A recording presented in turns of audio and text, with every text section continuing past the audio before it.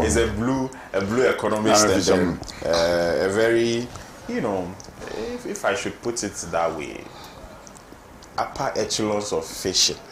He's up there when it comes to the upper echelons of fishing in Ghana. The high seas, the tunas, the big tunas you've been eating at home.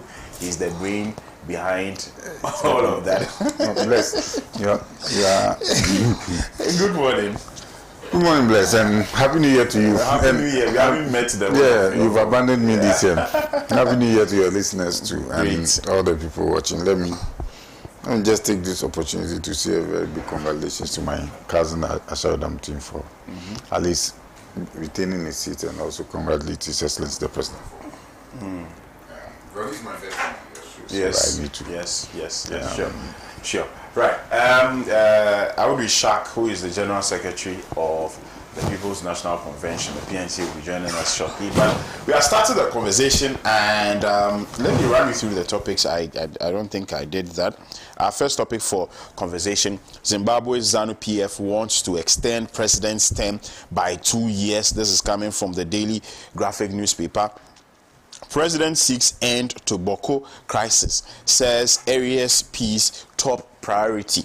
And then Mahama submits lists of 10 regional ministers to parliament. Okay, these are the topics that we have tabled for today's conversation. Join me, let's discuss it. Join me and my panelists as we try to dissect the issues. Your thoughts, your views are very important. But as typical of Pan-African television, and I think Audu Shak will be sitting down shortly, and so it's only proper that I do the introduction before I get into today's conversation. Audu Shak, good morning. Good morning. I hope you're fine. Happy New Year. I don't think we met during the Christmas period. So Merry Christmas, belated Merry Christmas, and a Happy New Year to you. For Christmas and for New Year holidays. Oh, okay. How are the people of the Upper West region? Well, everybody is feeling the euphoria, especially in the aftermath of the elections. People think that tyranny is gone. People think that the abuse of power and all of those other things are a thing of the past. So you can imagine it was double celebration for most people as far as this Christmas and the election results are concerned. Right. Today I saw somewhere, I think on Ghana Web, where there was a suggestion from one of the chiefs that the chair on which the President Akufo-Addo sat and roamed the whole country with in the V8 should be put in a museum. I don't know. I don't know why that is. I don't understand. Why would the chairs, the president's chair, the former president's chair, be put in a museum? That people should go and see that this was the chair that the president. Yes, as weird as it might sound. You think something the president would want to? Yes, the president made history. I think that he's the only president in the history of our country who engaged in such a bizarre kind of conduct. And so people ought to get to learn and get to know that once upon a time we had a president, and this was the conduct of that president. So I support that suggestion. You support that suggestion? Right. Zimbabwe's ZANU-PF wants to extend president's term by 2 years. Very interesting story. Zimbabwe's ruling ZANU-PF party wants to extend President Emmerson Mnangagwa's term in office by 2 years until 2030, a party spokesman said yesterday. He gave no details of how this could be achieved or whether constitutional changes would be sought to enable the 82-year-old ZANU-PF leader to stay on. Zimbabwe's constitution limits the presidential office to 2 5-year terms, and Mnangagwa's second and final term as president expires in 2028. The issue of the by which I think he would be 85 years old, by the way. The issue of the president staying in power is a party position which has been agreed upon. The party's director of information, Farai Marapira, told Reuters by telephone. Asked whether that meant changing the constitution to extend presidential terms to 7 years, he replied, "The modalities have not been decided. for much of its history since independence in 1980. Zimbabwe was led by the late Robert Mugabe, who was prime minister from 1980 until he was elected president in December 1987, a post he held until November 2017. Mugabe openly believed in a one-party state and used violence and intimidation to prevent anyone challenging his monopoly on power at the ballot box. In 2013, Mugabe signed a new constitution into law, limiting presidents to 2 5-year terms. It did not apply retroactively, and Mugabe would have been able to stay in power for a further 10 years were it not for the 2017 coup that replaced him with his then deputy Mnangagwa. This is the entire story as captured in today's edition of the Daily Graphic newspaper, page 5. I think a few months ago, in the wake of the elections in Zimbabwe, I had a conversation with some journalists over there on Connect Afrique, one of our shows here on Pan-African television, and they told me about the issues over there. You know, Zimbabwe for a long time had to deal with inflation. I think around the time where Robert Mugabe was still president, inflation went as high as 231 million percent. 231 million percent. That means that if you had one Zimbabwe shilling, is it shilling or dollars they spend there? Zimbabwe shilling to buy, let's say, a loaf of bread today. The following day, you would probably, because of that inflation, you would require some 231 million shillings to buy that same loaf of bread. That was about the worst form of inflation ever seen as far as the African continent is concerned. They have a lot of issues per the conversations that I had with reps from Zimbabwe somewhere last year. People, you know, trying to move out of the country because of their economic situation, which is a little, I would say, a little worse than what we experience here in Ghana. But to have an 82-year-old who wants to hold on to power, even as an octogenarian, and the fact that by the time you'll be done with his term, you'll be 85, they want to add 2 more years. I think these are fertile grounds for, you know, coup d'etats, and I don't know what you think about it, but I'm starting with you, Awudu Ishak, on this particular topic. Your thoughts, sir? Thank you, Bless. Permit me to say a very good morning to my senior colleagues on this panel, and to extend the same felicitations to everyone listening to Pan-African TV this morning. If we come here and people do not listen, I don't think that would have made any impact. Yeah. And for people to continue to give Pan-African TV the kind of audience that they give, because when we go out there, people look at you and say that, hey, I know you from somewhere. Most of it's from Pan-African TV. And I think that we need to appreciate their audience. But also permit me further, Bless, to take this opportunity to congratulate the Right Honourable Speaker of Parliament, the Right Honourable Alban Sumana Kingsford Bagbin, on his re-election as Speaker of the 9th Parliament of the 4th Republic. I think that since 1992, he's about the second person after Justice D.F. Annan to have run a 2-term tenureship as Speaker of Parliament, and I think that is no mean achievement. The past 4 years, he's done tremendously well for the people of the Upper West region, and a lot of testimonies are coming in, and like Oliver Twist, they still want more. And I know that this round 2 for number 3, I know that he's going to even do more for the good people of the Upper West region. And on that note, Bless, also permit me further to as it were, appeal to His Excellency the President. Remember the last time I came here, I spoke about the deplorable nature of the Wa Road, right from Techiman all the way to the capital of the Upper West region, Wa. This is a road that passes through about 3 regions. It passes through the Bundu East region, it passes through the Bono region, it passes through Savannah region, all the way to the Upper West region. A journey that somebody could cover in less than 12 hours, mostly between 10 and 11 hours. At worst, 12 hours. Today, people have to do that journey in close to 18 hours. A cousin of mine who came to me on Monday and left for a while that same Monday, he left Accra at 5 p.m. on Monday. He got to work yesterday at 12:45 p.m. 12:45 p.m. So just imagine the stress that people go through.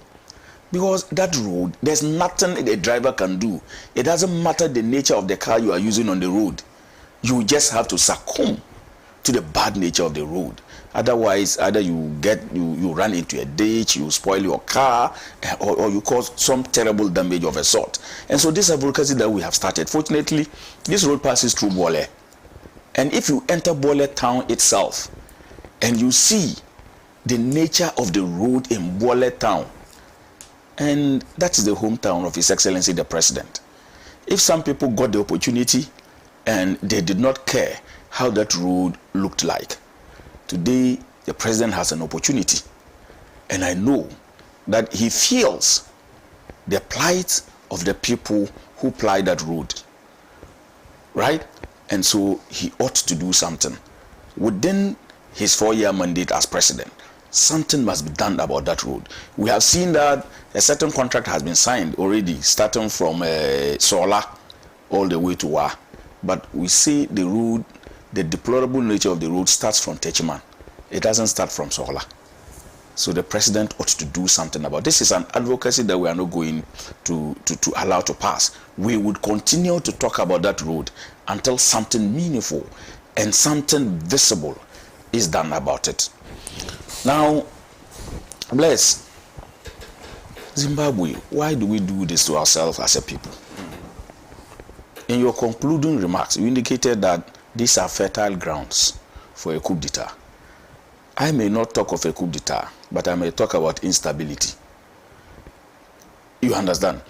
Why is it that people want to cling on to power, no matter the price that the larger population might have to pay? If you have been president, you have a 5-year tenure to do something, and you think that it will only take 2 additional years for you to achieve something meaningful, I would not understand why you would have that kind of a suggestion or that kind of consideration in the first place. The Republic of Zimbabwe, they have a constitution, and the constitution clearly would have a certain import as to why it is being structured the way it is. So if it reaches a point where you think that the constitution probably does not serve the purpose for which it was promulgated, I would want to see a broad-based kind of consultation that might culminate in the decision to want to add 2 more years to a tenure that a president would run in Zimbabwe.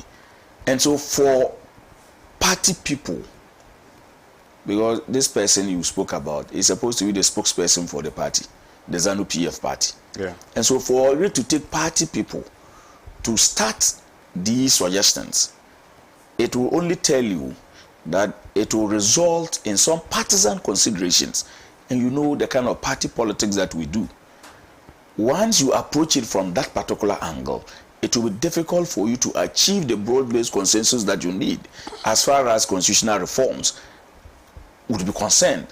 Because I am not sure that people who want to resort to dictatorial tendencies, people who want to resort to violence or whatever it will take to push through these constitutional suggestions that the ZANU-PF spokesperson is talking about. So when you approach it on a wrong footing, then definitely you may not get the desired results. And if you saw what happened in Zimbabwe over the years, to the extent that today they have the opportunity to go and elect their own leaders and all of that, as much as some of us do not think that everything about our development, everything about our progress boils down to the way and manner in which our leaders are elected, we still think that it is better than for you to be in a system where some people would be in power for long, have all of those dictatorial tendencies, and have no regard for people's fundamental human rights and stuff like that. But I would caution that the ZANU-PF party, they shouldn't think that just because they are in power, they will be there forever. They should remember what happened to Mugabe, how powerful he was. At the end of the day, he had to give way. And once they get the opportunity to rule, power is transient and it is fleeting. Thank you very much, Audu Ishak. Well, now let me come to Dr. Market Nawani. Good morning, Bless, and good morning, fellow panelists. Let me use this opportunity to greet my constituents in Nabdam, in our local language. Mbanam ne manam, mbialnam, ye bi, ya biombiong ya, zinambe Pan-African Television, bene trot na insim ka tengla ma titizawabe. Ye mpo mpati dim zawabe, kapo na zawabe. Kapo manam la zawabe ne mbanam la zawabe ya tuma. Having greeted my constituents, I also want to greet the listeners and viewers of Pan-African TV. I want to say hello to everyone. Bless, what is happening in Zimbabwe, I'm quite surprised. I thought that once bitten, twice shy. And they should by now understand that power corrupts and absolute power corrupts. Absolutely. They've gone through all these things before. Once upon a time, the president or the former president, Robert Mugabe, even though he claimed to be practicing multi-party democracy, had to find ways and means of staying in power for a very long time. And so he used so many tactics. Some of the tactics were very, very rough, to the extent that he was able to collapse the opposition and stay in power for a very long time. And I believe the people of Zimbabwe, they suffered for it. They had economic crisis. Their currency, the Zimbabwean dollar, devalued to the extent that I understand if you wanted to go and even buy bread, you needed to carry the money in a sack to go and buy bread. That was the extent to which the currency devalued. I mean, the whole economy broke down. Their relationship with the West was so bad. Indeed, even with some African countries, Zimbabwe became a laughingstock of what an African dictator can do to his own country. A country that was hitherto doing so well, practically was brought to its knees. So it is within this context that they drew a new constitution. In 2012, 2013, that brought the limit to two five terms, said that if you are president, you can be there for the first 5 terms, and if your mandate is renewed, you get another 5 terms. In other words, a president can be there for a decade. That is 10 years. If he goes the first and second terms consecutively. And unfortunately, I believe what happened there was as a result of a coup d'etat. The man was very old and was still hanging on to power, and there was something of a palace coup where his own people removed him and brought his vice to be the president. Now this vice has also gone for some number of years. He's now 82 years. And he'll be finishing his term probably at the age of 85. Yeah. And that is in 2028. And this talk of extending his stay for another 2 years is simply uncalled for. They want to pray back the history that has not favored the nation, that history that has led to the destruction of the nation. As we speak now, the economic situation in Zimbabwe is very bad. The economic situation is such that most Zimbabweans are leaving their country, migrating to South Africa to look for odd jobs. And neighboring countries, they are living in droves. Yeah. And so we should not, I believe that the president himself, or the current president himself, have said that he is not going to extend his stay. So I'm delighted to hear this from he himself. Even though the party people are calling for it, the leadership of the party, they are all trying to bring this topic up for discussions. He is saying that he is not going to extend his stay beyond 2028, and that in 2028 he is going to leave. That's what I've heard them say. And I'm praying that he stick to his words and make sure that he keeps to the constitutional limit. He's a soldier, he is a lawyer, and as he describes himself, he is a constitutional expert. And so he would like to keep to the constitution. And, well, he shouldn't be like some other African leaders who have all these good thoughts, but in the long run, in the name of the people, they change their mind, and then they try to stay in power. Zimbabwe is a country that we are all looking at. I remember this talk came to somewhere in Ghana. Ghana here, there was this talk, but it was, our own was that during President Kufuor's time, this talk of extending the term came over. Yeah. 5 years. Yes, from 4 years to 5 years, because of the fact that practically the first year we used to establish the government, then the second and third year possibly for governance, and then the fourth year election again. So we that talk came. I was somebody who was beginning to catch up, actually, with that 5-year term, and there was also that talk of having a 6-year term, but actually 1 term, like in Mexico. Mexico, they have a 1 term, but it's 6 years, and after the 6 years, you don't have the right to stand again. Yeah, you exit. Yeah, some of these conversations came over in Ghana here.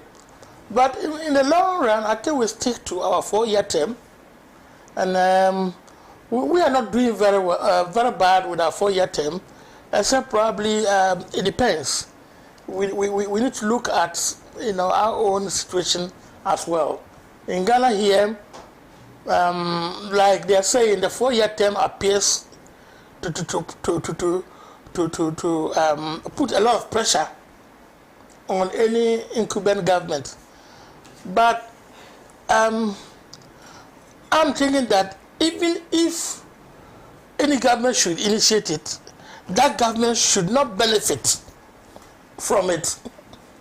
It should be the next government. Do you get me? So that we can have a dispassionate discussion. If we want to have such a discussion of increasing the 4 years to 5 years, the government that initiates that discussion should not benefit from it. It should be the next government. Yeah. Yes. So that we can have a very open and dispassionate discussion. I mean, the constitutional reforms, the NDC government will once again go into establish a committee to possibly look at the constitutional reforms and its implementation And I wouldn't be surprised if some of these discussions do come up again. Right. Thank you. Right. Thank you very much. Yeah. Mr. Richter, let's hear from you, sir. And let me just go back and say good morning again to cherished viewers, and so wish them all a happy new year. Why are we here? Why is Zimbabwe here? Zimbabwe was a success story. Zimbabwe was a very successful story. Zimbabwe has one of the highest rate in terms of education. Yeah. And it has a very highly educated citizen. Yeah. Zimbabwe has some wonderful health infrastructure. Zimbabwe was one of the leading countries in terms of agriculture. The economy was basically agro-based. In the early 80s into the 90s, Zimbabwe was a country everybody was looking to because of the many successes that Zimbabwe had. So it's not like Zimbabwe had always been a bad example. It's never been so. I think last year 2022, the economy grew by over 6%. And last year it was around 5.3%. So the economy didn't do that bad. It's projected that this year the real sector will grow by some 2.something%. So it's not all that bad. But you see, Zimbabwe is not a standalone in this. Alassane Ouattara says he wants to go again. Alassane Ouattara wants to go again in Cote d'Ivoire. We still have Obia as president in Morocco. It's almost a vegetable. Yadema handed over to his children, and that dynasty is continuing. So, even in South Africa, it's almost a one-party state, and nothing is happening about it. So you see, we are living in a continent where people cling to power, and it's not the people who are in power, but it's the people around them who, for some form of security, would want the people to be in power, and for want of a better word, the person who is seen to hold on to the power had basically become a stooge, and the people around them decide to do things, and then they put it in the name of the person who is in power. Because we had this embarrassing situation where Paul Biya went for an international meeting, and he was not even aware of where he was sitting. He didn't even know what was happening. They were trying to, in a panel, more of a panel discussion, they were asking him questions, and he didn't even know what they were asking him. He was completely lost. But he's still a president of a country. So the question is he the president, or there are some people who are out there and he's only a pseudo president, and there were people who are enjoying the presidency in his name, so they put him in a vehicle with siren, he drive around, show up at ceremony, just for them to know that their president still exists. He has basically no control on what is happening in the economy or anything. You get it? We have the South Sudan president. We had a case where he went for a program and he was standing, and then he peed on himself, and it was shown for the whole world to see. He could not do anything about it. He had no control over his urinary tract, and just so we had a very embarrassing situation with persons who should be retired and should be with their grandchildren and be seen as senior statesperson who should be consulted on matters that impact on their country and Africa as a bloc, who still are somehow holding on to power and they are not even aware that they are the people holding on to power, because some other people are the ones who are enjoying the power. The failure to have a functioning African Union is also a contributory factor to this kind of system that we are seeing all over Africa.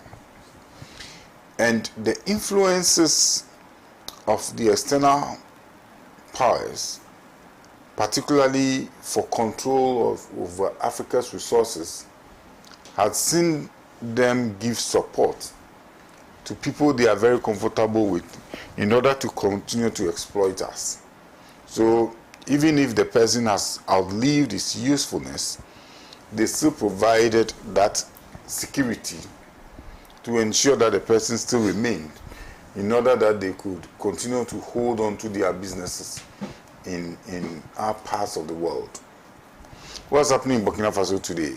They've decided that, I was worried about just one of the measures they took, that French is no longer their official language. Then my issue was has to do with what happened with the educational system, because then if all their textbooks are in French and it's no longer their official, it's just still the medium of instructions in their schools. Because it means that they have to do a whole lot of translation of all their textbooks and all literature that they have. But they've taken some measures to completely declare independence from their French colonial masters and take full charge of their natural resources. Probably Africa needs to move towards that point where we take full charge of our own governance, because when Dr. Kwame Nkrumah said self-governance, it meant self-governance. It meant we Africans are in control of our destiny, and that we manage our own affairs. And that he believed so much in the African that he said the African is capable of managing his own affairs. And he did not just say that, but he practicalized it. He practicalized it by building a team of young people who could take control. I were told about a story where the first time a black man was seen piloting a ship to America, people were shocked. It was a Ghanaian. So he imbibed in the Ghanaian that self-confidence of doing things for ourselves. He put in place that infrastructure that made it possible for the Ghanaian to feel the pride of leadership. Because leadership is not just about political leadership, it's also about believing in oneself. He created a united Ghana, just as he wanted for Africa, such that when I see Blaise, I would not identify him with a tribe, but I will identify him with a nationality. And so we had common schools where people would travel from all over the place and stay in dormitories with people they've never met, they've never known, they were not related to. We ate together, we lived together as a family in schools, and we lived together despite our religious differences. So that pride, that sense of commonality was built in the African. And so, you see, that is what makes us stand out as a people, because of that leadership that Osajifo Kwame gave to us. Zimbabwe is sad they are getting themselves in this after being a shining example of Africa in terms of their wonderful economic performance in the late 80s and early 90s. Robert Mugabe had it wrong at some point when he thought that out of patriotism he need to nationalize Zimbabwe's natural resources and the agriculture sector, and so probably was not properly advised in that transition from a white-dominated agro-based economy to a nationalized economy where black Zimbabweans were taking over. And the way they did it was such that they basically lost the base of their agro-based economy. And their agribusiness sector nearly basically crashed. And that was what resulted in the Zimbabwean dollars also basically crashing over time. But they need a new thinking, a new leadership, because that's a highly educated society. And they can pick the pieces and rebuild their country. They can rebuild the economy. Because if they were growing at 6% and 5.3%, it means that they are not doing bad as a country. So what they need to do is to bring back that confidence in the economy and show to the world that they can do it. For the issue of the president's term, some people want asking that the president's tenure is extended by 2 years. For me, it's a canker that needs to be dealt with not just as Zimbabweans, but as Africans. Yeah. Where people think that the presidency was almost becoming, if it's not a dynasty, then it was more like a kingdom where one should be there in perpetuity. It should be a life thing, and when I'm not there, it should be my child. We know what happened in Congo recently, when some young men were sentenced to firing squad, and all of them were wasted. I felt sad that they could have done something about it, rather than wasting 37 young people the way they did. This was huge human capital. Yeah. They could have probably sent them through some reformation and gotten them to be more patriotic to their country, rather than just lining them up in a firing squad and killing them. We have a long way to go as Africans if we continue in this direction. We need a new paradigm. We need a new way of thinking, and we need people to rise up to the occasion and demand from our leaders to respect constitutional boundaries, and respect the rule of law, and let social justice and equity apply in things we do. If we are able to do that, I can assure you that we won't have people just wanting to extend their constitutional mandate like it's happening in this world, especially when it has to do with old men, some of whom are already wasted away, and think that there's no other person in the country who could do better. Right. I think I'll... Right. Thank you very much, Mr. Richtaniyama Matthew. We'll proceed to our next topic for conversation, and of course, President John Dramani Mahama continues to make appointments into various positions. He's nominated some 10 regional ministers. I'll run you through them. Ali Adolf John, Northern Regional Minister Designate John Kwejo Japong for the Oti region, James Gunu for the Volta region, Mrs. Rita Akusia J. Awate for the Eastern region, Ibrahim Tia for the Northeast region, and then Linda Oklu for the Greater Accra region, Salisu Bay Awiribe for the Savannah region, Charity Gardner for the Ahafo region, and Akamugri Donatus Atanga for the Upper East region, and then finally Dr. Frank Amwakohene for the Ashanti region. So these are the regional ministerial nominees of President John Dramani Mahama.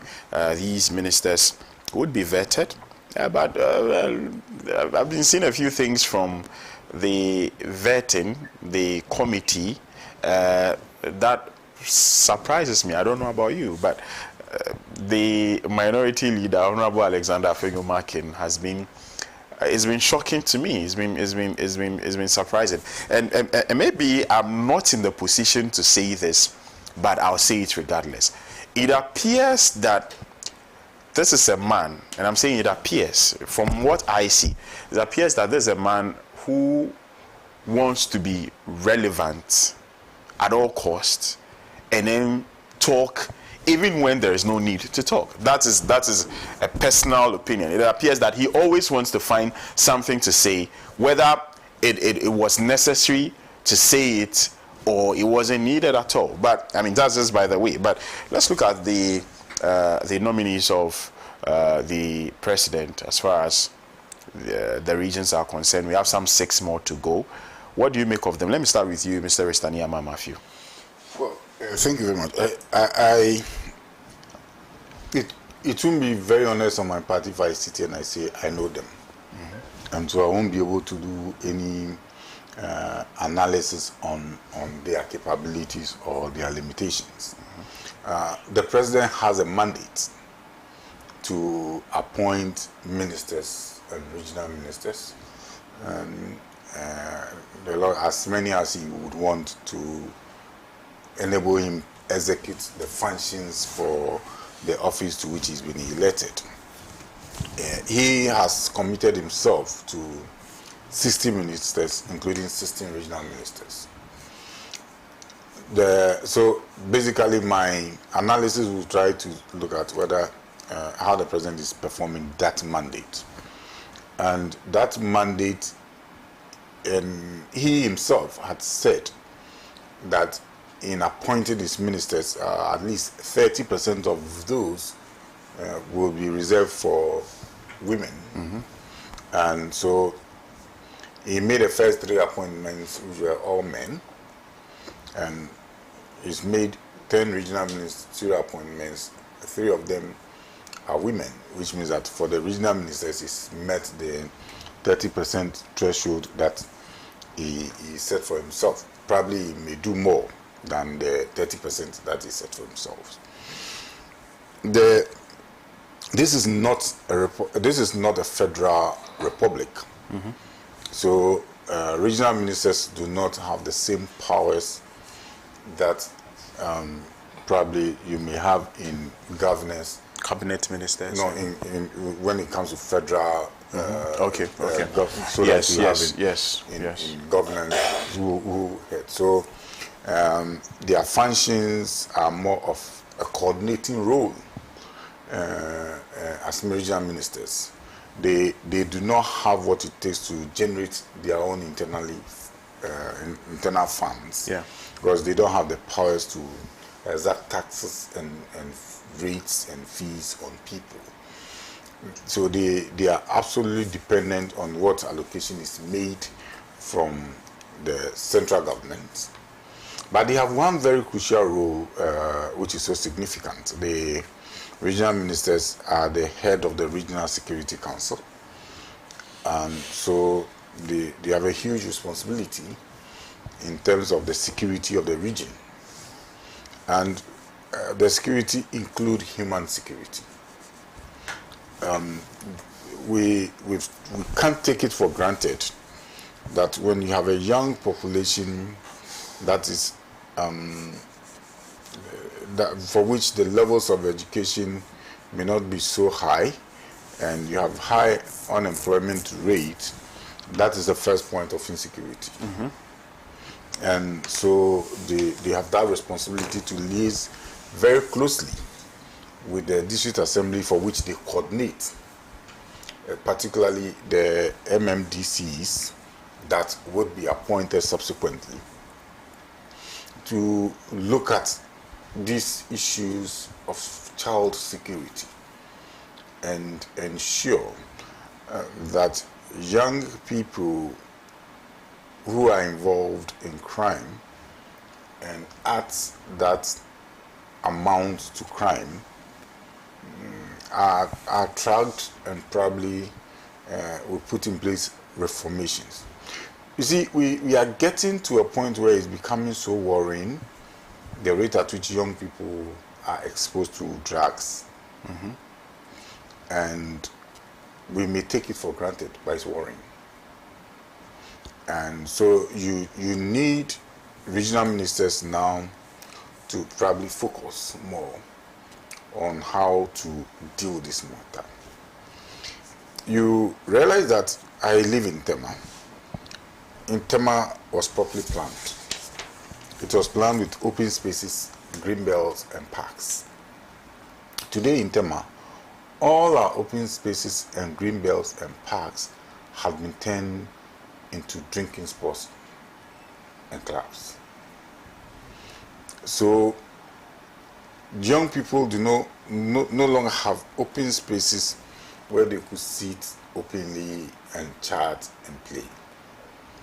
And the results means that at night they are exposed to that kind of nightlife that exposes them to drinking and clubbing and all of that.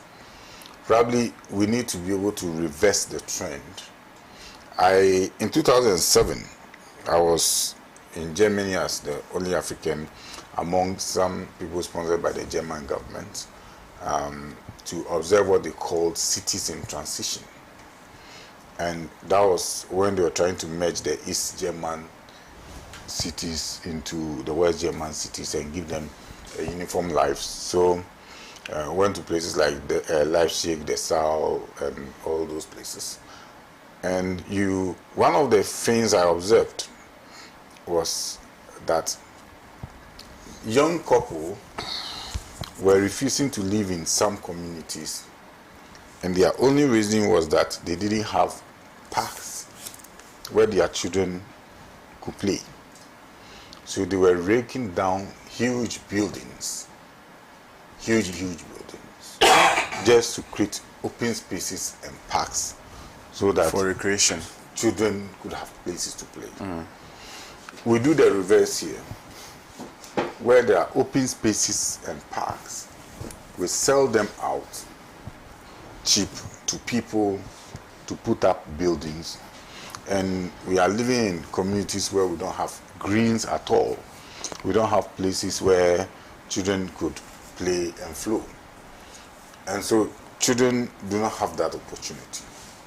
And once their lives, I trained as a teacher, so I know what it means when children are kept indoors and given. You see, you create a challenge for the children.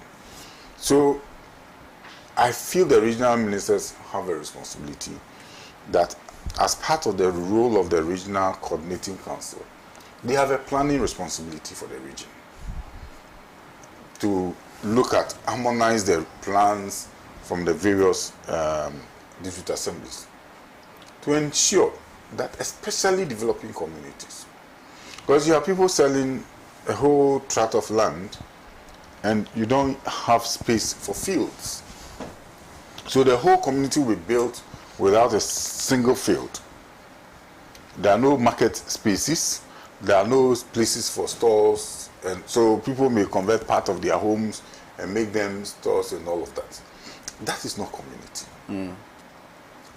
We need the regional ministers coming up now to coordinate properly with the assemblies to ensure that before development plans are approved, social amenities that will make children functional being of society are included.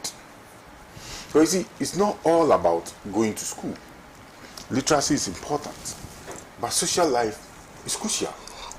But that is what makes one a human being. And we don't want to bring up our children in a manner that they lose the humanity in them. We need to bring up our children for them to know what it means to be neighborly, what it means to care for the next person, what it means not to harm people. Because if we limit our children to televisions and phones and social media, they are exposed to all manner of vices that they think are normal. Even in societies like America, where children have the opportunity of social clubs and social events, we find children pick guns and go to school and kill their colleagues and feel it is okay. So we need to be careful the kind of society we are building, and I feel that role of the head of the Regional Security Council that the regional ministers nominated are taking up. They need to be clear in their minds how they will coordinate with the various district assemblies, that in the planning process of the assembly, in executing the functions of the assembly, the security of the individual becomes key.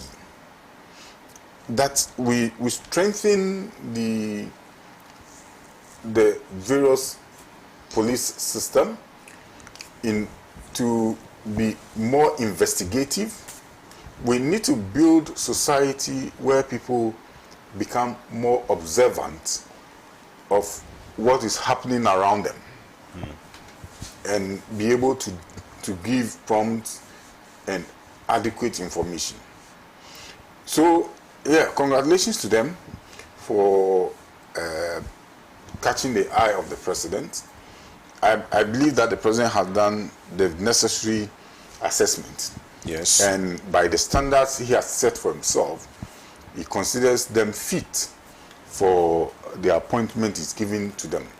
So I don't see what the president see. I don't know what the president know. So I'm not in a position to question his choices.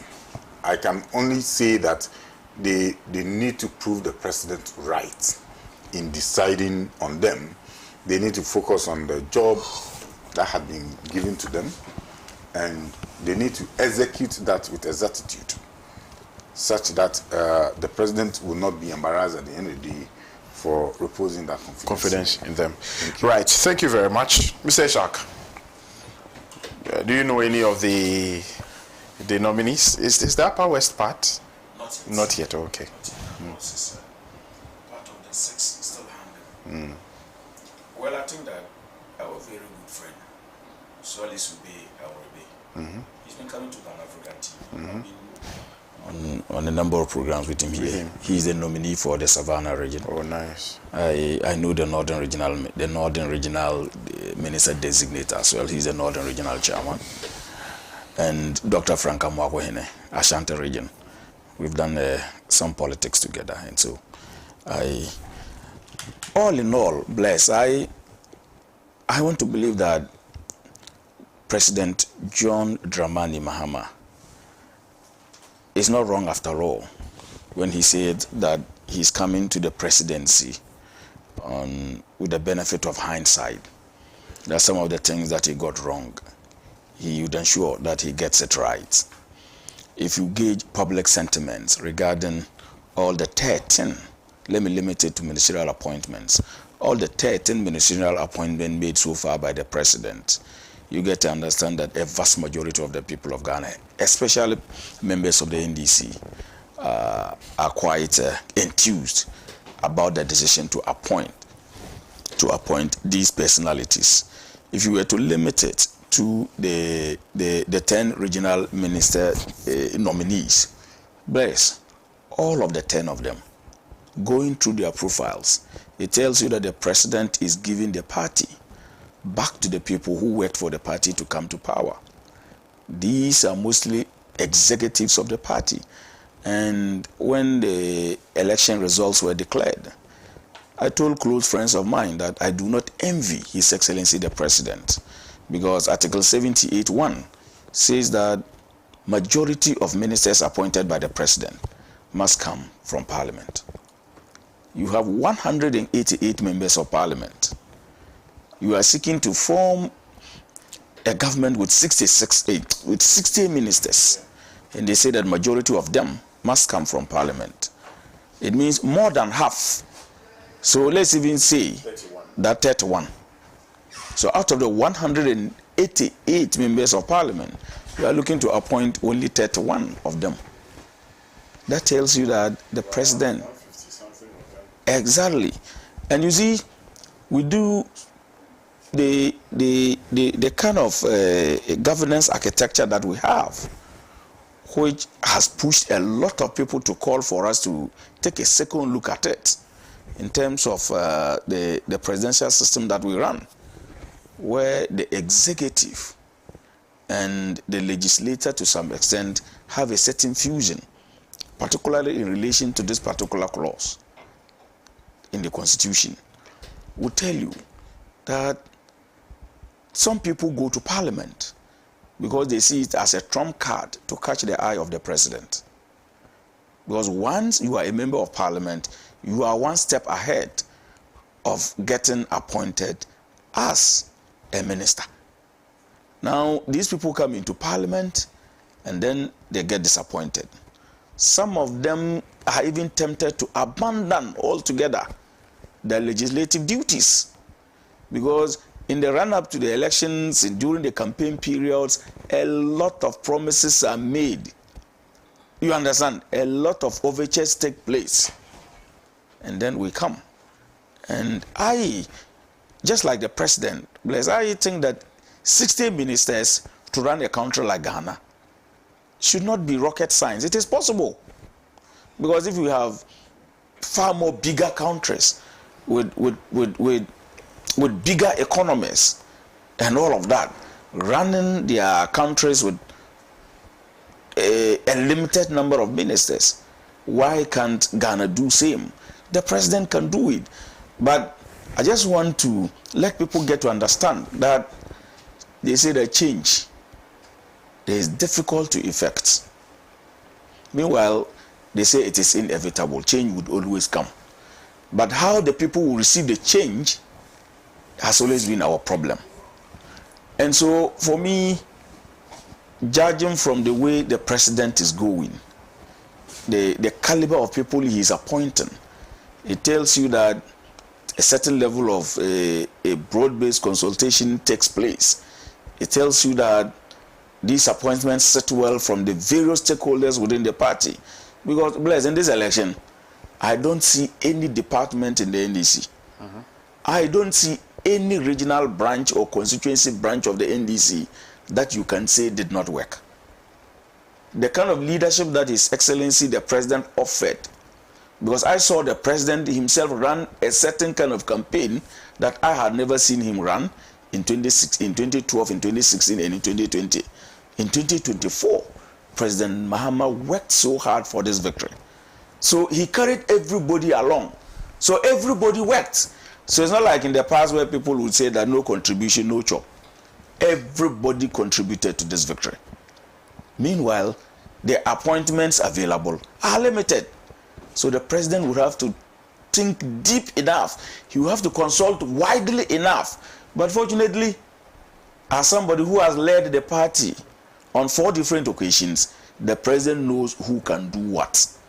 And so I believe in him when he says that from the benefit of hindsight, he's going to run a different kind of administration, an administration that would concentrate on the reason for which the NDC was elected.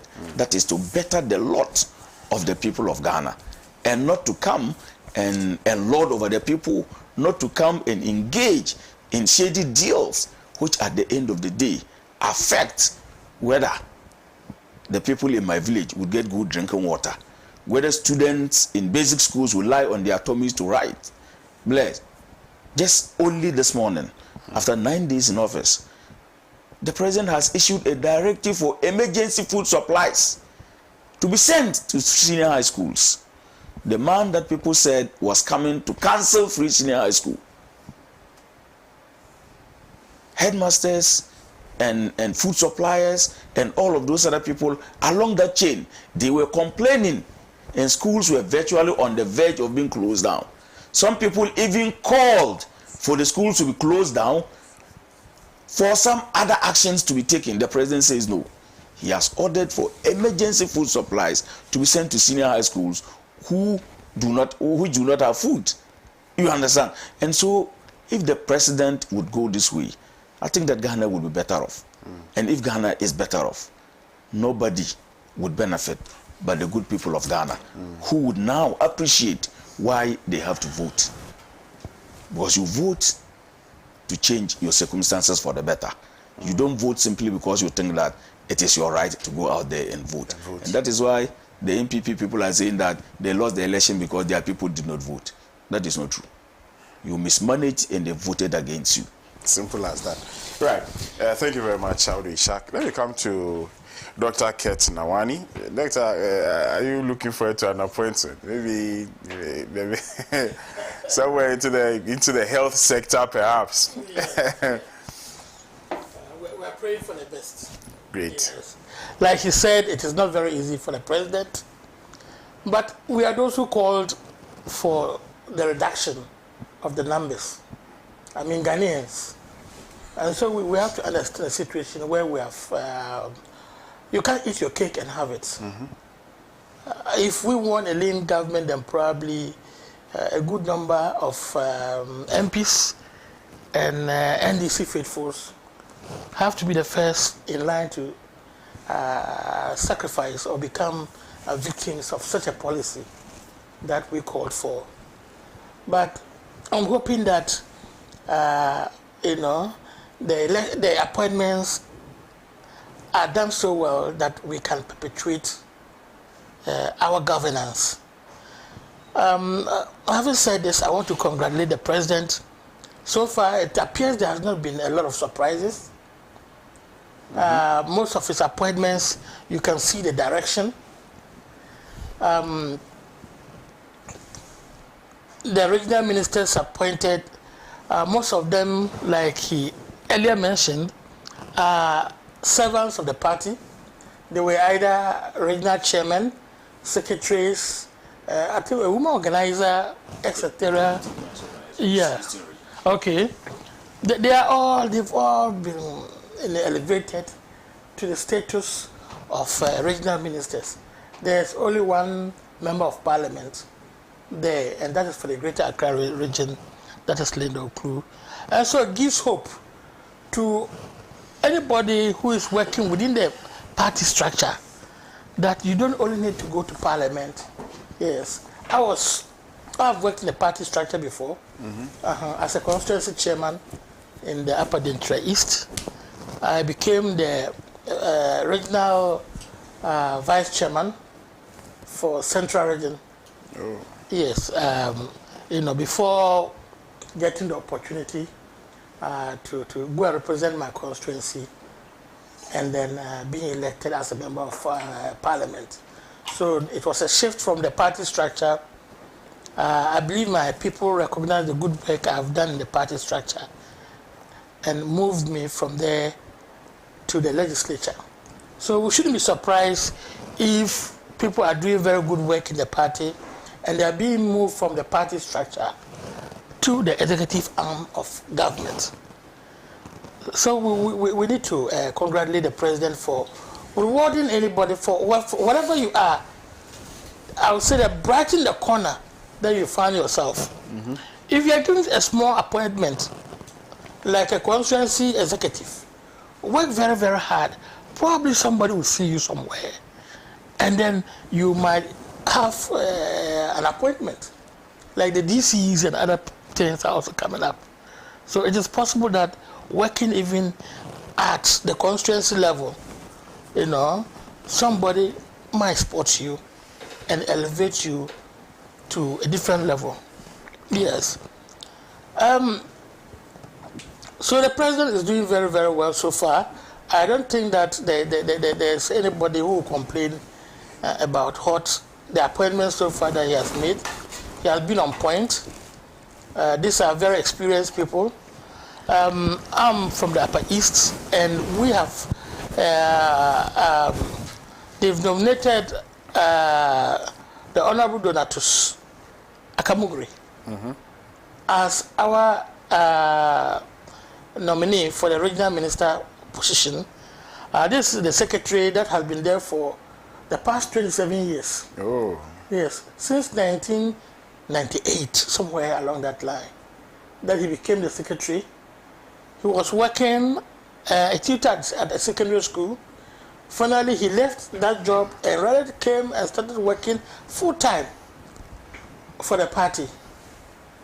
And he's taken us from 1998, we're in government, eh? Yeah. Yes. He came in, or went into opposition. After 8 years, he brought us back to government. All this while he was there. He brought us back to government and was still holding on to his secretaryship. On several occasions, his name has come up to be appointed as a regional minister or a DCE, only for him to be disappointed. So he brought us back to power in 2008, and we left in 2016, and he has still hold on to that position. That tells you that there is something that he has been doing right for him to stay for that long, 27 good years. And through his work also, you've been able to annex all the seats in the upper East region. And now we are having 15 over 15. Yeah. He is part of that team that has worked very hard with all of us, of course, to have 15 seats out of 15. The MPP has 0. And so and he has the goodwill of all of us. And the party, the regional party executive, he carries them along.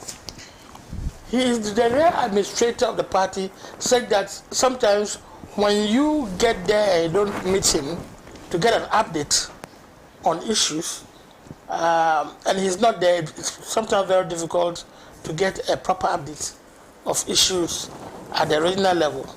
So I want to congratulate him, and I also want to congratulate the regional chairman, the Alhaji Bonaba, for having the confidence in him. Because the last time I spoke with the Honorable Donatus, when of course I believe he was lobbying at that time, yes, I asked him, do you have a good relationship with your regional chairman? Because I thought that even though positions are there for grappling, they usually have people who will have a very big push. When they push it for you, you are likely to get. And he mentioned that yes, they've been working together all these years. They know each other so well. They are like brothers. Even when they are campaigning sometimes, and they are supposed to campaign in a group, they are always together as a group, and they campaign for each other. And so I really want to congratulate him.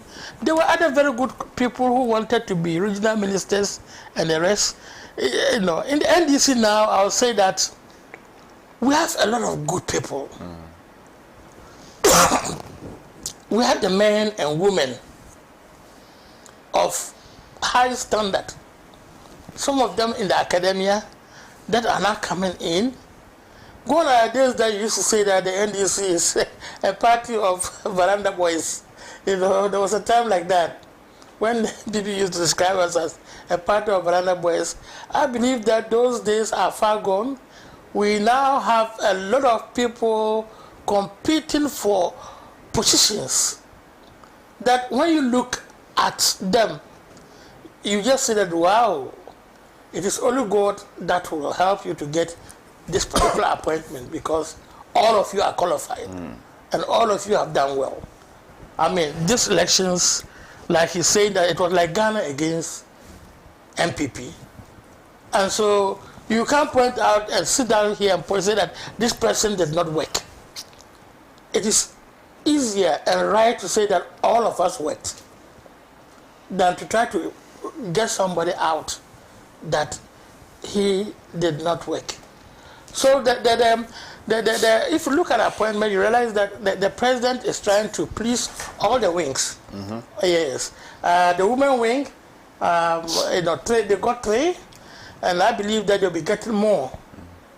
Yeah, I think the last time we met the president and he spoke about the difficulties in getting these appointments through, and one of the things he said was that this time he is trying as hard as possible.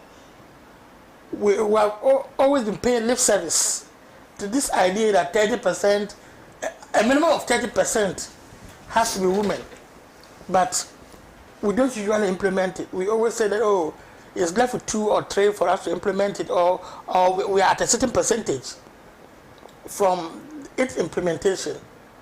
But it is a high time that we implemented it and got women their share. Of course, now we have a woman as a vice president who is sitting down at that high level and also looking down at the figures of what we give to them.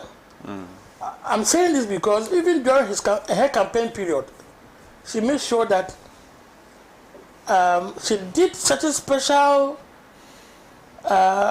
campaigns for women.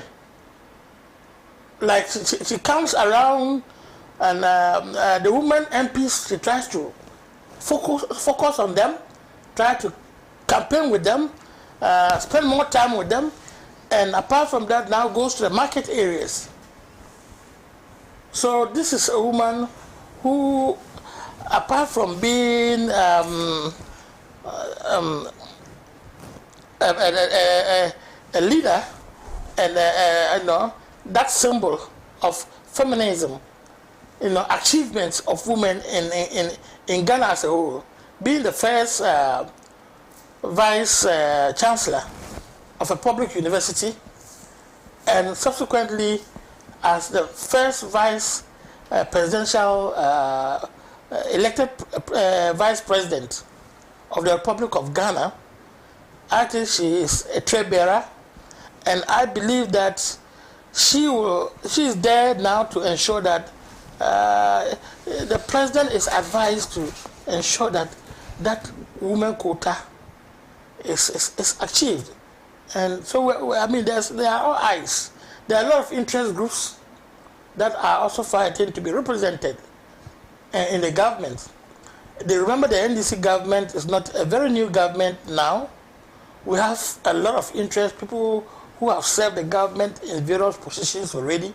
They all want some form of participation in the current government. So we have the old and the new. He has to blend them so well that we will be able to achieve our aims and objectives. That objectives of resetting Ghana. We need to reset Ghana. And to be able to reset it, let me just be honest with you. To be able to reset it, we must plan in such a way that not only do we achieve the macroeconomic stability that we might desire, but we should be able to make sure that we go beyond the 4 years. Because if after 4 years we are not able to move again, I believe that our job of resetting Ghana will be incomplete. All right. And Ghana is likely to retrogress again. So the ball is in the court of the president. Nobody should be jealous of him. We all pray for him that he continue to take the very good decisions that he's taken, and we hope that Ghana will be a better place. Right. So once again, congratulations, Donatus, wherever you are. Congratulations, and hope to meet you soon at your vetting, and hope to meet you soon in the region. Right. Thank you very much. I'll do a few messages, then we'll proceed to discuss what will be our final topic. Very latest developments from the Upper East region, specifically Bawku. Mensa Pilatu says, so JDM is now running away from signing the anti-LGBT. Ghanaian passes, the rest is in tree, I can't read it. This one here says that my name is Hanayo Loro. Good morning to all your panelists, especially to my workaholic MP, Honorable Market Nawani. I didn't know that you reached that far to so many countries. I love your programs. I will also suggest that because of the economic hardship, the vehicles together with the chair, the V8 together with the chair should be kept in the museum for our future leaders to learn that once in our history we had a leader who did that. Isaac Kasasi says, I think it's time we took our elected MPs through vetting after elections, and if anyone doesn't measure up to a certain standard, he or she should be booted out. Some are myopic and don't make any intellectual contributions. Okay. Godfred Kwashiga just says, good morning, lovely people. This is Godfred doing the watching from Second D Takoradi constituency. The selection of municipal and district chief executives is causing issues as many applicants were absent when the party needed them most. However, Daniel Mauli Agbesi has always been loyal and dedicated from Mpo Fiase. He's the right candidate for the job. Okay, that's someone doing PR for somebody doing PR for his candidate. Right.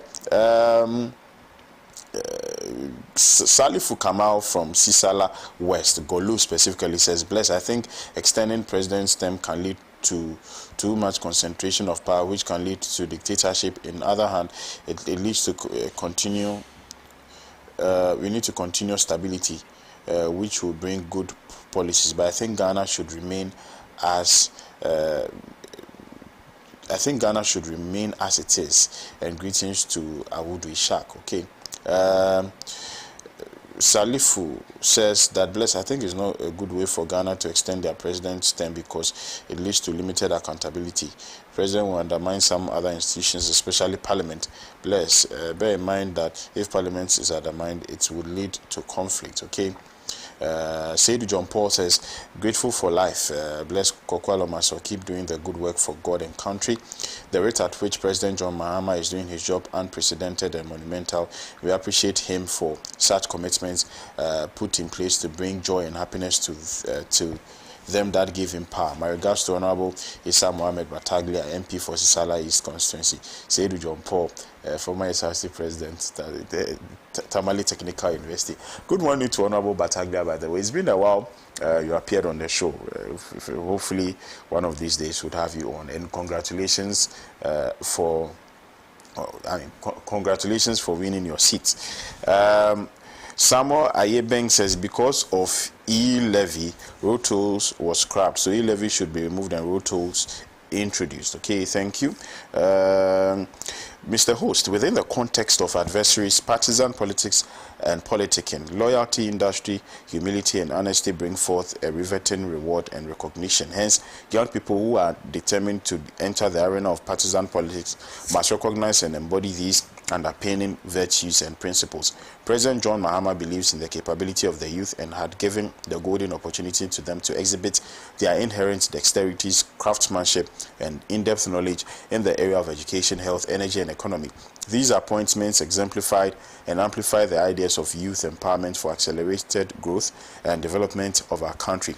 Ghana, written by Ernest Everlaf Kwashi from Dansuman. Thank you, Ernest, for your message. Good morning, Pan-African TV. This is Amenu Veve watching you live from the Volta region. Please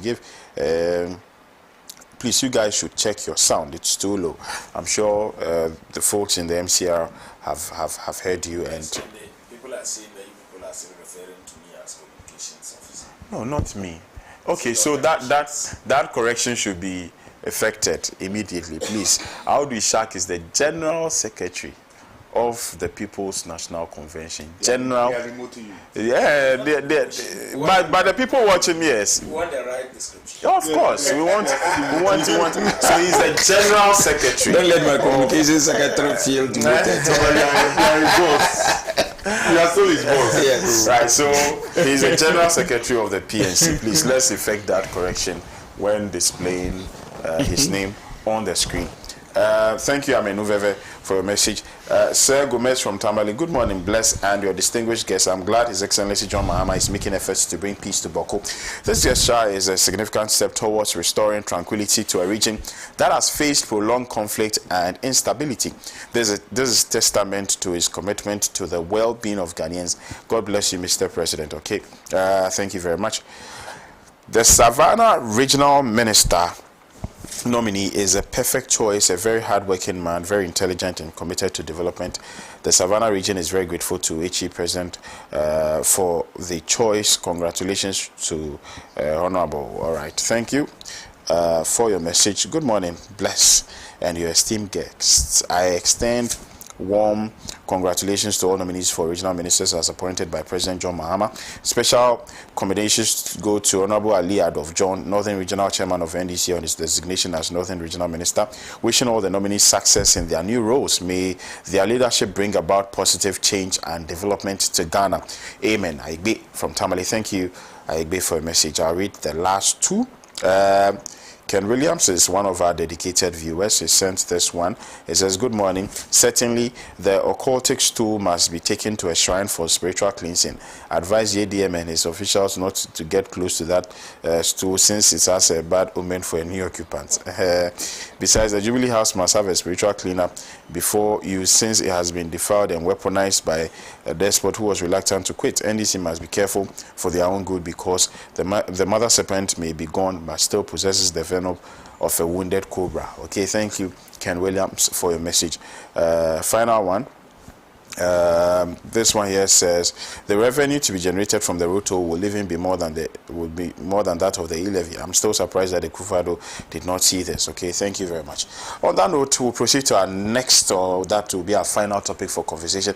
I'm starting with Honorable Market Nawani for obvious reasons. He comes from the Upper East region during, I think, in August of last year, when the president's campaign kicked off. Bawku was the first place for the president's national campaign. Bawku was the first place the president went to when he started his tour of the Upper East region. He met with the leadership, the traditional leadership of Bawku.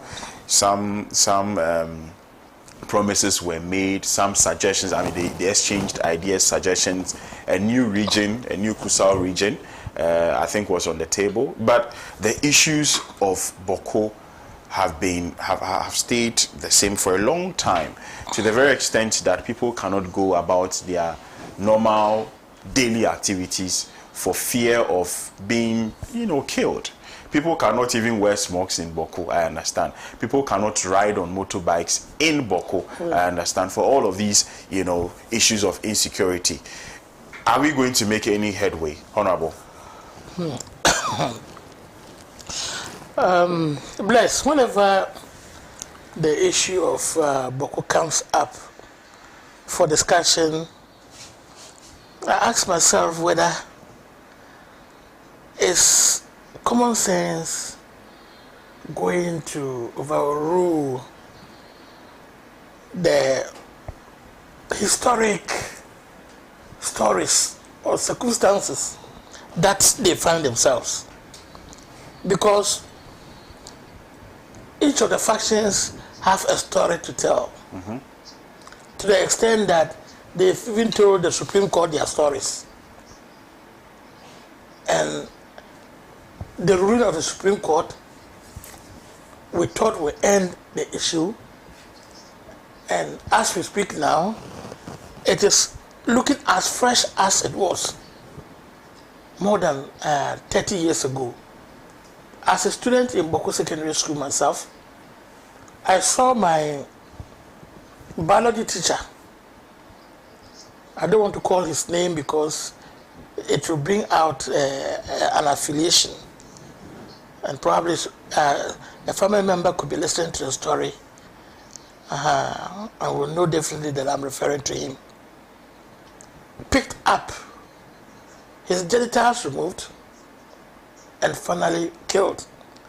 And after that, I think what I did was just to move straight to the roadside, take a vehicle and go home.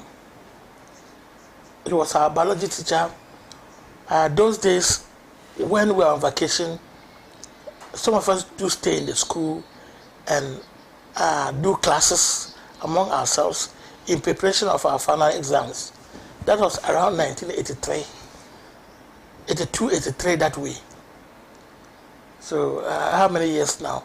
Probably more than 30 years now. And when I look back, I look at today as if what was happening then more than 30 years ago is the same thing that is happening now. And meanwhile, these two groups, the Kusasis and Mampusis, when they speak, the language resembles each other. I believe that when a Kusasi man speaks, the Mampusi man is almost able to pick around 99%, or if not 100%. And when a Mampusi man should also speak the same thing, the Kusasi man picks almost everything. So the languages are like, should I say, a Kwapim and a Chi, or Infante and Asante. You know, that type of thing. With our own language, as well, the nap dance. When the Kusasi man speaks, I pick about 99%. And when the Mampusi man speaks, I can pick up to 99% of what they are saying. Practically 100%. There could be one or two things that are different. I don't know. But when they speak and I'm standing there, I get everything that they say. And so these are people who, if we trace, they might all be coming from the Moshi group. That Moshi group that existed so many years ago migrated from the northern part of the country and came down. Now, to how to go about it, I must say that I'm not getting the picture currently now, because formally, it was said that the Kusasis were politically affiliated to, is it the NDCs? Let me just bring it out. I'm saying formally.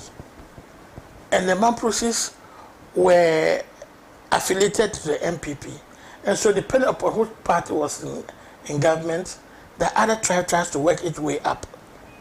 But looking at the current, our voting pattern recently, you realize that, for example, in the Upper East, the MPP was holding the Binduri seat,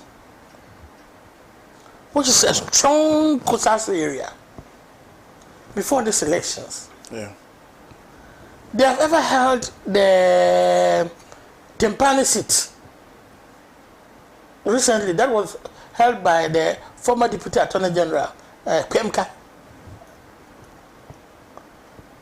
That is also a strong Kusasi area with some few other minor tribes. So in the Upper East, if you want to study the pattern very well, it appeared that the stronghold of the MPP was in the Kusasi area. I'm not saying that they win in this, but comparative studies. Mm-hmm. The stronghold of the Kusasi or MPP was beginning to do well in the Kusasi area and seized some of the seats. We had about 13-1, 13-2 of, yes, and 14-1, etc. All those seats they were holding were all from the Kusasi area. But when you come to the center, that is the Fafra area, or you go to the north, that is the Kasina and Nankane, Bursa area, it was all NDC. So I'm beginning to look at, so what are the considerations now? What are the considerations now? And the last one that triggered this type of misunderstanding was when a Rava chief was brought into Bawku. A Rava Mampusi chief was brought to Bawku. Just some few months to elections. And I sit down myself and I do understand, can this be politically motivated? If also not so, how come that with all these security implications and the tendency for it to spark this communal violence, why should it happen? And the government will not take any action to prevent it. And I'm lost. In the mix of all this, I get lost. I don't know why it is happening and why so many people are being killed some few months to elections in an area that the number of voters there are so many. Kusasis and other few tribes there, they have about 6 or 7 constituencies or even more. And so we in fact, the way President Mahama is going about it, I'm hoping that this time he's able to bring a lasting solution to the issue at Bawku. And he did this by going to meet the Zubdana Aburago II, the Bawku chief. Had a private conversation with him, which is not, we don't know. Yeah. And came out to address the crowd and said that, yes, after the appointment of his security corpus, the National Security Officer, the Defense Minister, the Interior Minister, etc., he's going to charge them to bring this particular problem to a lasting solution. After that, he did not stop there. He went to the palace of the local chief, and also met him privately, and after that addressed the people of the need for peace in Bawku. These are the two major players in this conflict. For him to try to meet them and establish some form of dialogue with them, I believe that it is the right way to go. Indeed, it is making the whole of our region not attractive for any form of investment. This Bawku dam that we want to establish is bordering the two regions, and we all need to use it peacefully. The road from Tamale runs through the northeast, and as I speak, there have been more than 45 instances of vehicular attack by some armed people.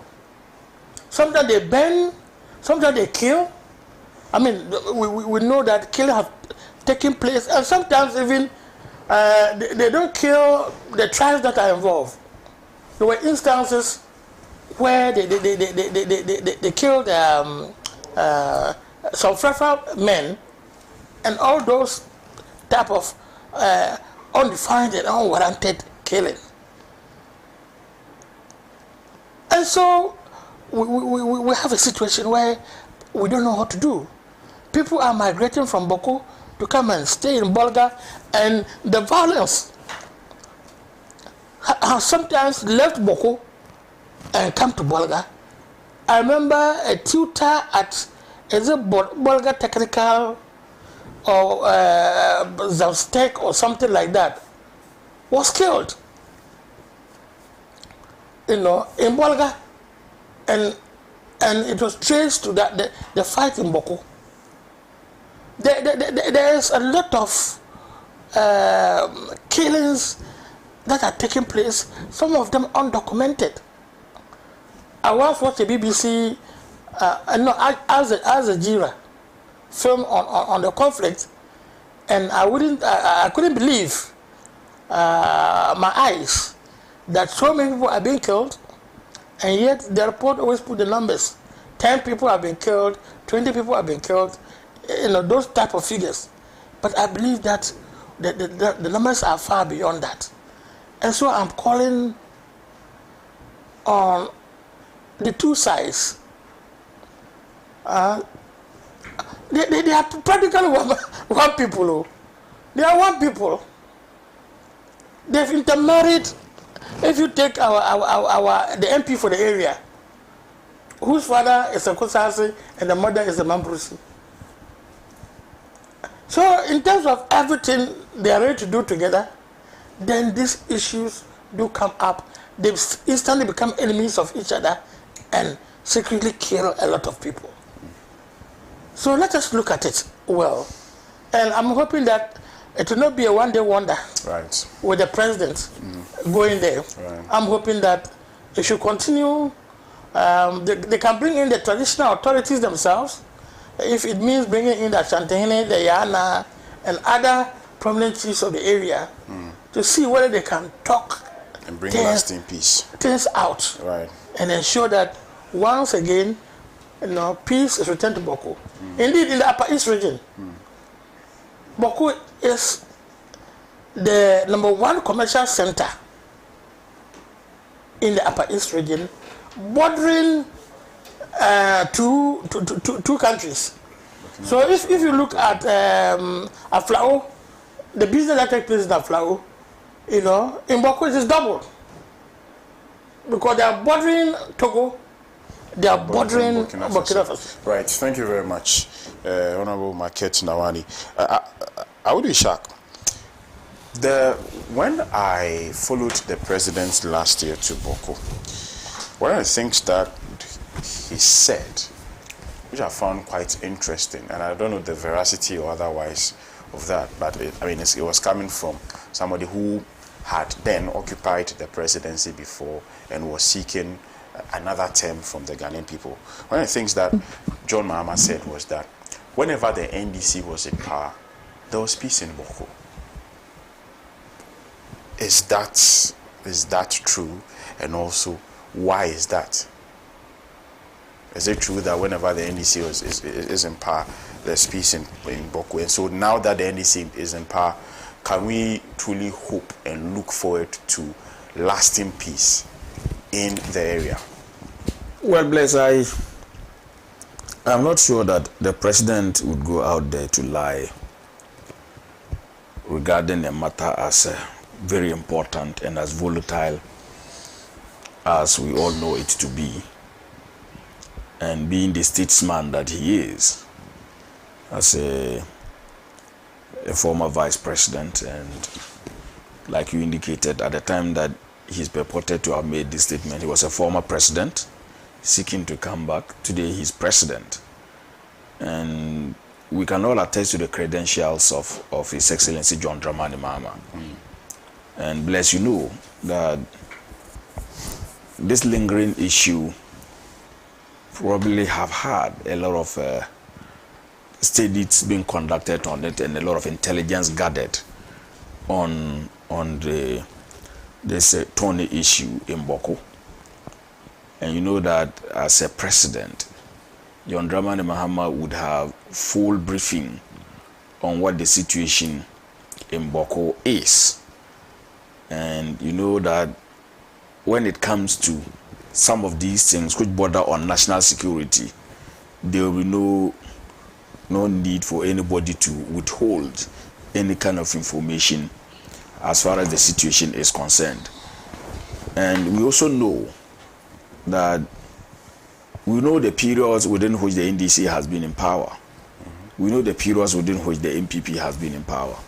And so it will necessarily not have to take the president to tell us whether under an NDC government there is peace in Bawku, or whether under an MPP government the peace in Bawku is always destabilized. What I want us to get to understand is that as for peace, we need it at all times. Without a peaceful environment, Bless, it will be difficult for any other thing to thrive. When you watch documentaries, when you read articles and all of that on the issue in Bawku, you get a grasp of how instability affects the thriving town of Bawku hitherto. And the spectacle of people having to try to relocate, the spectacle of people having to abandon their businesses, the spectacle of people who are indigenous of Bawku themselves, rather wanting an opportunity to flee the town, tells you that it's a sad spectacle and it's not something that anybody should sit down and watch. I joined the school of thought that leadership is effect. Leadership is cause. Every other thing is effect. Prior to the elections, we saw how volatile Bawku was. We were all witnesses to the kinds of, excuse my language, inhumane and barbaric activities that were happening there, that people could be slaughtered in broad daylight. I know of one popular MPP guy. He was killed during this Bawku crisis alongside his brother. They had gone to bury their father, and they were ambushed along the Wale area in a car. They were just shot inside the car. They died. Their bodies were brought back to Accra. They were given a burial here in Accra. The guy used to know the guy because they used to come around the Fadama area. They were always involved in most of the things that the Zongo youth were doing and all of that. And so, if you read about or you witnessed or saw some of these things either through the media, through television or whatever, in the heat of the elections, and today we can have a semblance of a shift of a sort, then bless, you may be tempted to think that this conflict, even though it might have its underlying cause, sometimes is fueled by the political decisions that we take. You understand? And I would not understand why any politician worth his salt would want to grow his or her political career or his political fortune or to further his or her politics based on conflicts, based on how people go about killing themselves, killing one another. I am not sure that that is the kind of political leadership that we want. And so the initiative that the president is taking today is commendable. It should not be a one-off instance. It should not be an event. Like the president himself indicated, when he fully assumes power office, by appointing the appropriate security architecture and having it put in place, he should ensure that the process to finding a lasting solution to the Bawku crisis, as it were, is followed through. For instance, we credit His Excellency President Akufo-Addo for what happened in Dabong, right? And I think that what happened in Dabong is testament to the fact that something can be done in Bawku. We can have a lasting solution to the problem in Bawku. Right. And I would like the president to prioritize it, just like he charged that the people that are going to be appointed to take charge of our security architecture would prioritize Bawku. He himself should prioritize Bawku. Put heat under the people and follow through to ensure that we bring a lasting solution to the problems in Bawku. Right. Because it's a sad spectacle. It is a dent on our image as a country that arrogates to ourselves good governance and democracy. Thank you very much. Mr. Richter, finally. Well, I'm not from the Upper East and I'm not in Bawku, but I had a feel of what is in Bawku when somebody very close to me, who was a police officer serving in Bawku, a young lady, basically her first year in the service, was sent to Bawku. She was riding behind on a motorbike with a friend, and her life was just taken out of her. And to think that this was even an orphan who was adopted by somebody who had a child and was just killed. A child was living with me until adopted grandfather came for her. Because the child was with me when the incident happened. So you could imagine I had a direct shock of it. So it's not a very pleasant experience. Bawku is not a very good case. I think it will be one of the major achievements if His Excellency John Mahama is able to resolve this everlasting conflict that is taking out innocent lives. that is becoming a black spot in otherwise peaceful country. There's been instances of conflict. Yes, we have the issues of Alavanyo and Konya. That is still. But Bawku's case is legendary, and I sometimes it gives us sleepless nights to think that people of the same kind, of the same stock, would just be killing themselves for no just cause. And just that chieftaincy conflict. It should get to a point where we should look at the criminal part of it and identify people. But see, there's always an oxygen that make the fire flame. And so we need to identify where this oxygen is coming from. Where are they getting the ammunition from? Who are the suppliers who are benefiting? Because there are people who benefit from conflict. There are people who are entrepreneurs in conflict, and so they do business when they wouldn't want to have peace, because when the peace comes, their businesses will cease. We need to identify these people as a country and try to deal with them. Otherwise, they will make it very, very difficult for the peace that we want in Bawku to come. I think I wouldn't want to say more, because Bawku for me is a very bad case, looking at my personal experience with that. Thank you very much, Mr. Mahama. Our time is up. I want to thank Honorable Dr. Ket Nawani of the Nabdam constituency, and also General Secretary of the People's National Convention, Awudu Ishak, and to our cherished viewers who took time, and as usual, always take time off their schedules to give us a listening ear. Without you, we do not exist. So we would want to thank you so much for your time as usual. The morning show comes your way tomorrow. The newspaper review segment will bring you a Thursday segment of the show. Hopefully, Comrade Kwesi Pratt would be on. I don't want to name the others this time around. I'll see you tomorrow. My name is Koku Alormassor. This has been the newspaper review. Do have a pleasant morning. Bye-bye.